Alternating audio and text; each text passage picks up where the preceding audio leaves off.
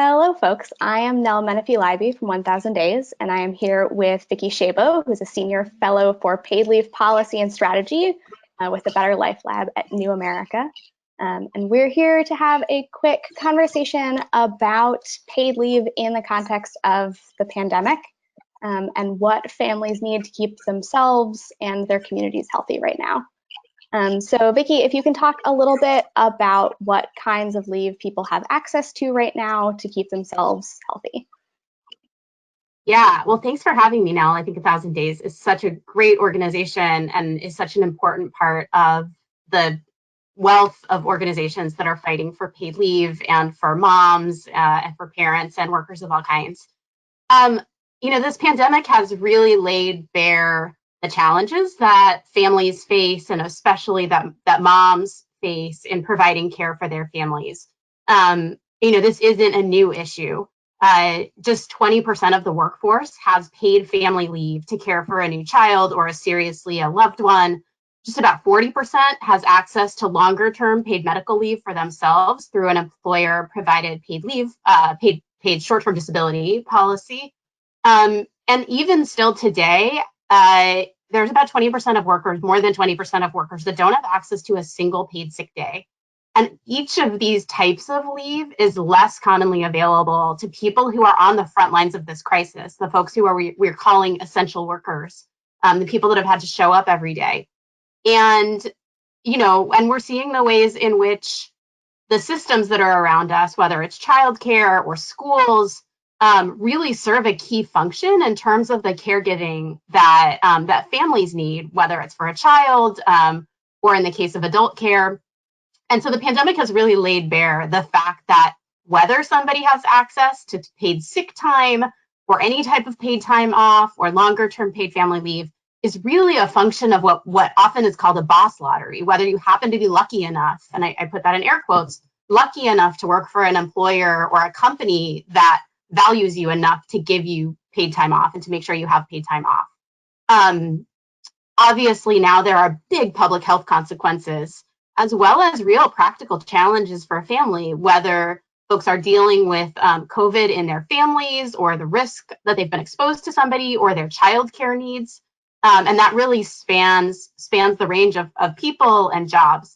So this is a long way of answering your question, but I think it speaks to just the precarity and sort of the patchwork that workers have when it comes to access to paid leave. And so it's impossible to say what somebody has access to because everyone's situation is so different. There are a few states that have paid family and medical leave programs in place. There are a slightly larger set of states and cities that have paid sick time laws in place. And the federal government, and I know we'll talk about this in a bit, the federal government for the first time passed a very limited paid sick time and paid childcare leave program for the pandemic, and it's about to expire. And it didn't for everyone, and we can talk more about that. But I think it's impossible to say. One person might have access to unlimited leave through their employer, but they might feel scared to use it. Other folks might not have any time at all, and for months now have been cobbling together care arrangements for a newborn or for an older child or for a family member. So it's hard to say, but I think the pandemic really just has shown that everybody is sort of forced to figure it out for themselves. And it's been an unsustainable situation for too long. We've seen how this situation has created a mass exodus of women from the workforce. Just in the month of September alone, 865,000 women left the workforce. That was 80% of all people who left the workforce. And one of the primary reasons they had to do that is caregiving.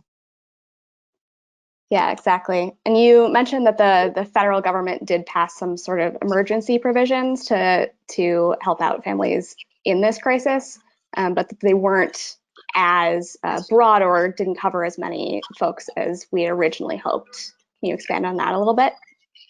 Yeah, so at the very beginning of this pandemic in March, the middle of March, Congress passed what was called the Families First Coronavirus Response Act. And for the first time ever, it included a guarantee of 10 paid sick days for somebody who is quarantining or isolating or seeking a diagnosis for the coronavirus somebody who has to care for a loved one in that situation, or somebody who needs to care for a child who's out of school or care. And then it included an additional 10 weeks of leave to care for a child who's out of school or care, so that parents could have up to 12 weeks at very partial pay.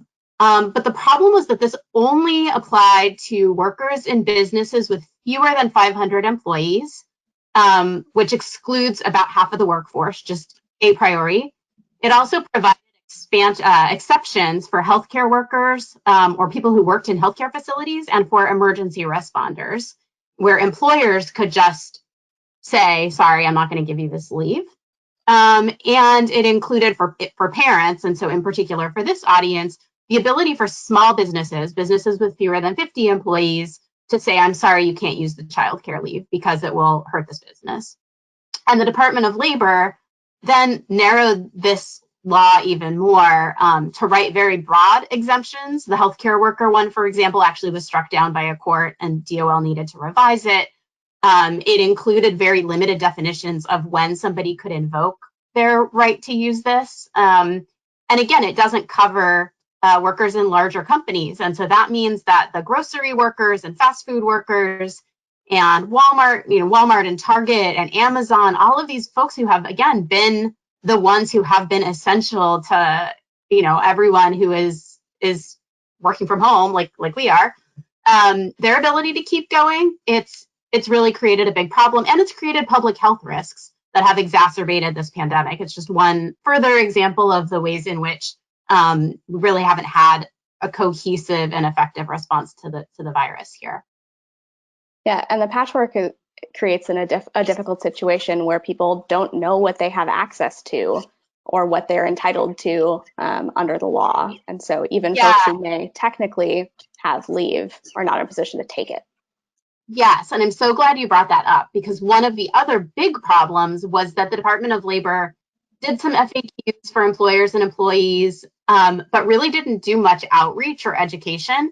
And so as a result, there's some research that shows that fewer than 50% of workers knew about or thought that they were eligible for this leave.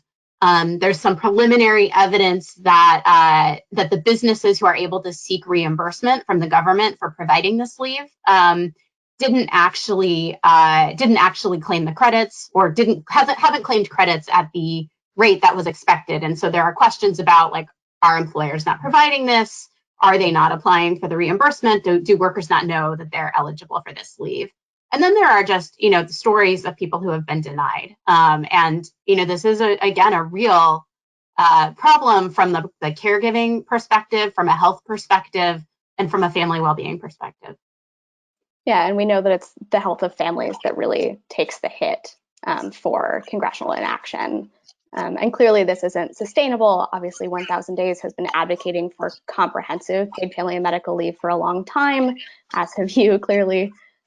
So as Congress debates further action in response to the pandemic, what are some provisions that you're hoping to see? Yeah, I mean, first and foremost, these emergency provisions that I described expire on December 31st.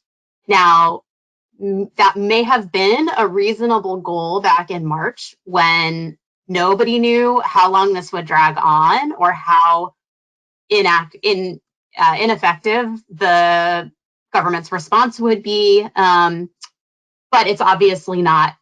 It's not a reasonable end date to end the need for paid sick time or paid leave. We're heading into a winter that, we're seeing unprecedented illness rates, and we're seeing deaths rising again.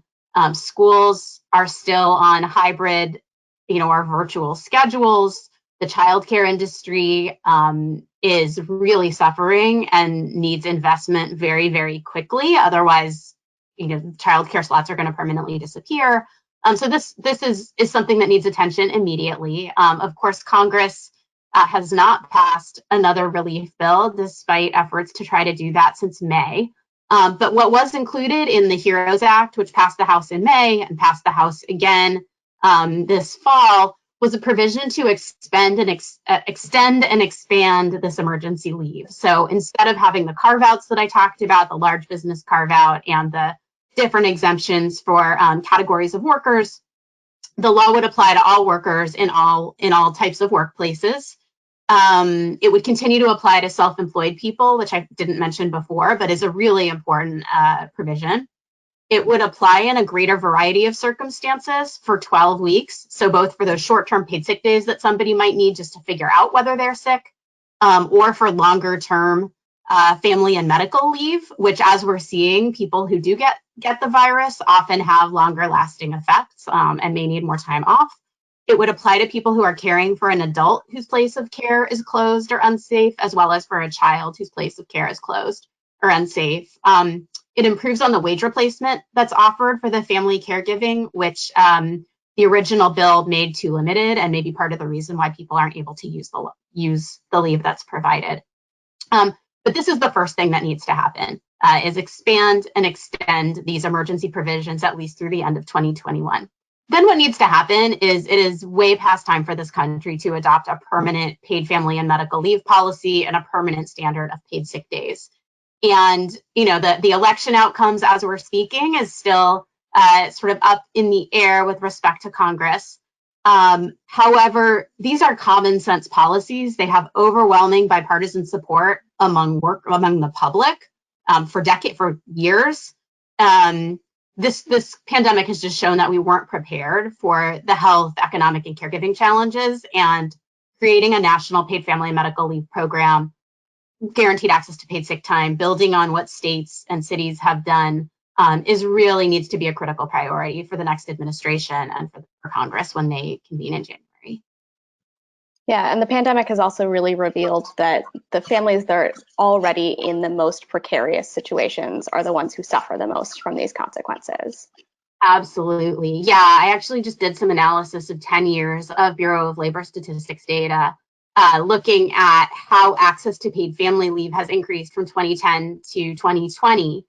And what I found was that overall there was a 10 percentage point increase in access, from 10% to 20% of workers, which of course is completely inadequate. But for the lowest wage workers, access only increased by 2 percentage points, from 3% to 5%.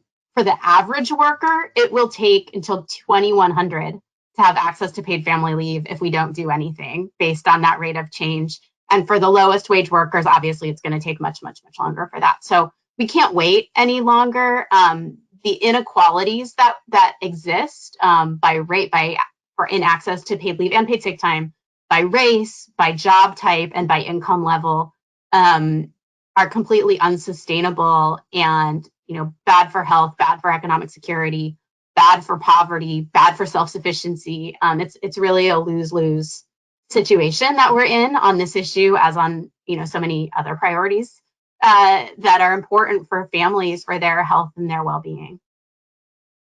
Great. Well, thank you so much for taking the time to chat, Vicki. I really appreciate it. Yeah, it's been great to chat with you today.